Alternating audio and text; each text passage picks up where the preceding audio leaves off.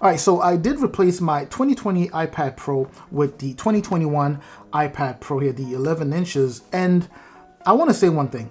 This is an amazing piece of technology, but I can't seem to tell the difference between using this and using my old or my 2020 iPad Pro that I got rid of about a month ago. And I'm talking in terms of user experience before people start attacking me saying, oh, it's an M1 chip, I know that.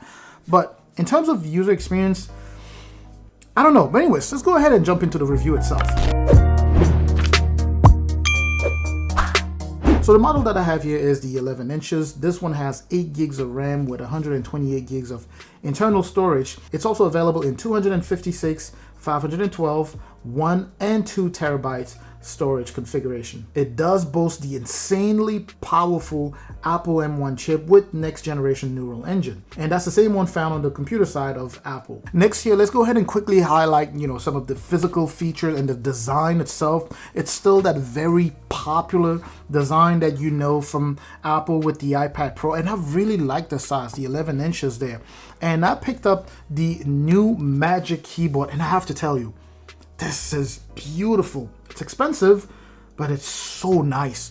It feels so premium. And as I mentioned just a few seconds ago, for someone like myself, who went from the 2020 iPad Pro to the 2021 here, there isn't, a difference. And in terms of hardware, you can barely notice any difference between these two, right? It's the same, as I mentioned, the same popular look with those very thin bezels. So very similar to that of last year, all the way to the display, as a matter of fact. It's the same liquid retina display from last year. So if you want to up your display or the display of your iPad, you would need to go for the larger model, the mini LED, which, by the way, I am currently testing out and will eventually do a review video on it.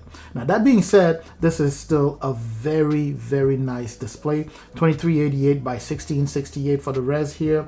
It gets very bright. It's super bright, and you are looking at 600 nits for the max brightness here. So fantastic even under direct sunlight. It's a very well appreciated design, which explains why they're on the 3rd iteration of this guy here, and people are still loving that design, right? It's very sleek with more of a squarer look when compared to like a Galaxy tablet or something like that, which instead are more wide and more rectangular. Then you have that same very recognizable camera module on the back there with a 12 megapixel wide, 10 megapixel ultra wide sensor, and of course Apple's LiDAR scanner. Nothing's truly changed there either. On the front here, you have a selfie camera, Face ID sensors, and of course the newest upgrade to this part here is the 12 megapixel true depth camera system with ultra wide. My experience so far with the cameras is that for a tablet, it takes very nice pictures, and video quality is also pretty nice. You do get quad speakers set up on this tablet, of course, and the sound quality is actually very, very nice. It gets really loud also.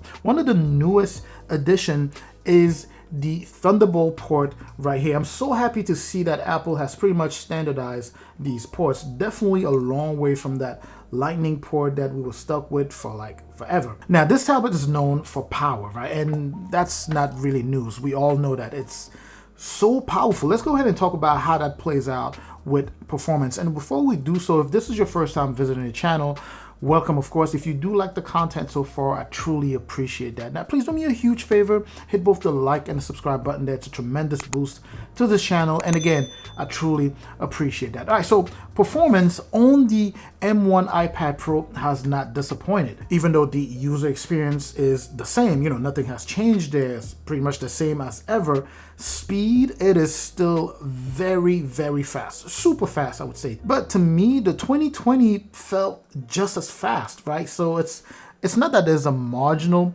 change. There is a major change in terms of speed, but in user experience, you won't really notice that much. And I actually know a couple of people who have experienced the same thing. Now, I'm not saying that it applies everywhere, right? I'm saying that for pretty much everything that I use it for, I can't tell the difference. However, I did render a 4K video here, and it just chewed through that thing like it was butter.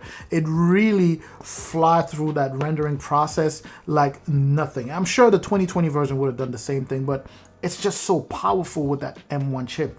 The only problem is that because I don't use this for editing or doing any graphic intense projects, I can't seem to be able to tell, to really measure how fast it is compared to the previous one that I had. Now, we have to note that the processing power from the M1 iPad Pro is what appeals to those people who work with very large files and, again, very high graphic projects of videos, things that actually make true use of all of those multi-cores. Now remember, this guy pushes an 8-core GPU and an 8-core CPU. And graphic intensive games play very, very well on this iPad here, PUBG Mobile, Asphalt 9, Call of Duty, many of the games that are really heavy, feels like many other games play very well on this guy here. But one thing I want to highlight is that on Call of Duty, just like it was the case with the 2020 iPad Pro, you won't be able to set the graphics at the highest and also set the frame rates at the highest at the same time. You can only do either or. So just one thing I wanted to highlight that it's doing. And that's not because the M1 is not powerful. That's the most powerful thing out there right now. But I just wanted to highlight that. Now the battery has been decent also. Apple advertises, I believe, 10 hours. Even though I haven't killed it, I've always found myself recharging it before it died. I think it's it has decent battery life, and depending on what you do, you may be able to stretch that. So my battery life is not going to be the same as yours. Obviously it's subjective, so it's going to be depending on what you use it for. As I expected, it's been a productivity beast, and that's what it was built for, right? So flawless and super smooth navigation. It chews through tasks, top level stuff pretty much. I know many creators who use this thing as their editing computer, which I could do also, but I just prefer to edit or do heavy workload stuff on my desktop. It's just better for me, and I focus a lot more that way. You also have the same support for the Apple Pencil 2nd generation, and it works flawless here. And hooking this thing up to the Magic Keyboard here, the idea is to try to get you as close as possible to a laptop, which it does, right? Especially in terms of specs.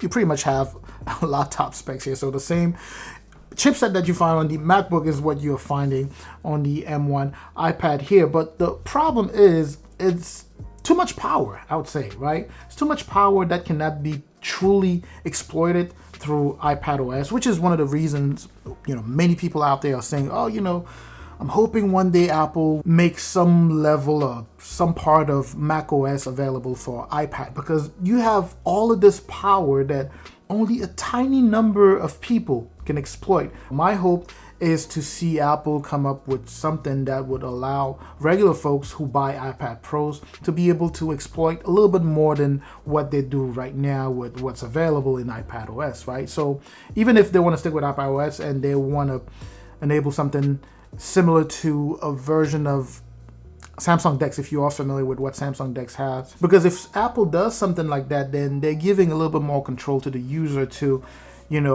get a more aggressive multitasking experience on an iPad Pro. I mean, on iPadOS available for the iPad Pro. Overall, my experience with the iPad Pro has been fantastic, right? I can't say that my expectations were exceeded simply because I didn't have any expectations. I just knew it was going to be very, very fast. Just like I knew the 2020 when I bought it, I knew it was going to be fast. It's, I didn't use the chipset, the A12Z on the 2020 to its full potential, and I knew, because this one is even more powerful than that I wouldn't be able to use this one to its full potential. Anyway, so it's been very, very impressive, right? But like I always say, especially to students, I know lots of students watch my videos, many of them asking if they should go for either iPad or, a computer. If you can, just pick up like a MacBook Air. It's the same chipset that's in there, and with a MacBook Air, it's a little bit more versatile. You'll be able to do a lot more, and it's also very portable. Now, if you do want to get the iPad Pro just because you like it, it's a fantastic, piece of technology. By all means, go ahead and grab that. But the way I see it for students, in terms of value, I would say grab yourself a MacBook Air. I own one, and that thing is amazing. So, just my take. Anyways, I hope this was informative. Please don't forget to like, comment, subscribe, of course. As always, I'm going to catch you in the comment section. I'm also going to catch you in the next video, and up until that next video, make sure to stay safe out there.